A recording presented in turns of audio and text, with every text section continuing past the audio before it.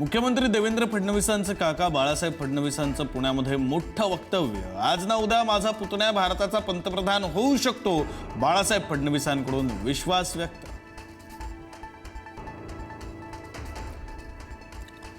संजय राऊत आणि मंत्री जयकुमार गोरेंमधील वाद टोकाला। राऊतांच्या शिवराळ भाषेतील टीकेनंतर मंत्री गोरेंचा हिट्टोला, तर फडणवीसांचं मंत्रिमंडळ की चंबळची लुटारू टोळी। फोटो पोस्ट करत राऊतांचा गोरेंवर निशाणा, अंधारेंचीही वादात उडी। नवी मुंबईच्या क्लस्टर योजनेवरून मंत्री गणेश नाईकांची नाराजी। माझ्या नादाला लागला तर त्याला त्याची जागा नीट ठेवू देणार नाही, मंत्री गणेश नाईकांचा उपमुख्यमंत्री एकनाथ शिंदेंना अप्रत्यक्ष इशारा। धाराशिव जिल्ह्यामध्ये नव्या अध्यायाला सुरुवात। भाजपच्या कार्यक्रमामध्ये ओमराजे निंबाळकरांना मानाचं स्थान, तर राणा जगजितसिंह पाटलांविरोधात भाजपमध्ये अंतर्गत नाराजीचा सूर।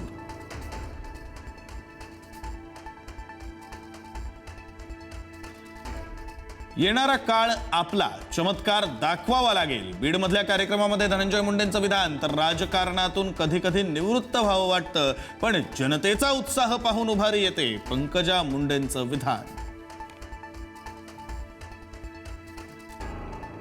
पीक विमा कंपनीकडून अपंग शेतकऱ्याची थट्टा। पुरात वाहून गेलेल्या नुकसानापोटी मिळाले अवघे 211 रुपये।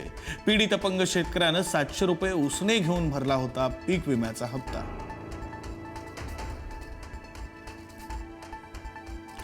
मासेमारी बंदीमुळे माशांचे दर गगनाला भिडले। पापलेट 1700 रुपये प्रति किलो, तर सुरमई 1200 रुपयांवर।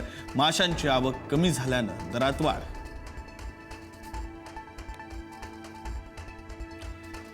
लोणावळ्यातल्या माप्रो गार्डनच्या पिझ्झामध्ये किडे आढळल्याचा धक्कादायक प्रकार। पिझ्झामध्ये किडे आढळल्याचा दावा करणारा व्हिडिओ व्हायरल, पर्यटकांमध्ये संताप।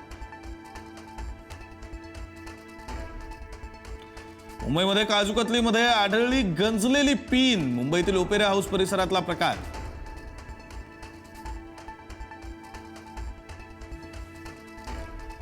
समाजवादी पक्षाचे खासदार पप्पू यादव यांना मारहाण। पत्रकार परिषद सुरू असताना पप्पू यादव यांच्यावर चाकू हल्ल्याचा प्रयत्न।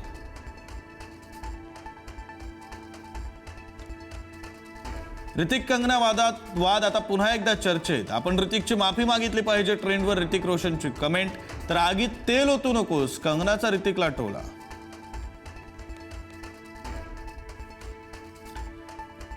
गुजरातमध्ये मुसळधार पावसाचा कहर। सुरत, सुरेंद्रनगर आणि भरूचमध्ये पूरसदृश्य परिस्थिती। हवामान विभागाचा गुजरातला रेड अलर्ट जारी।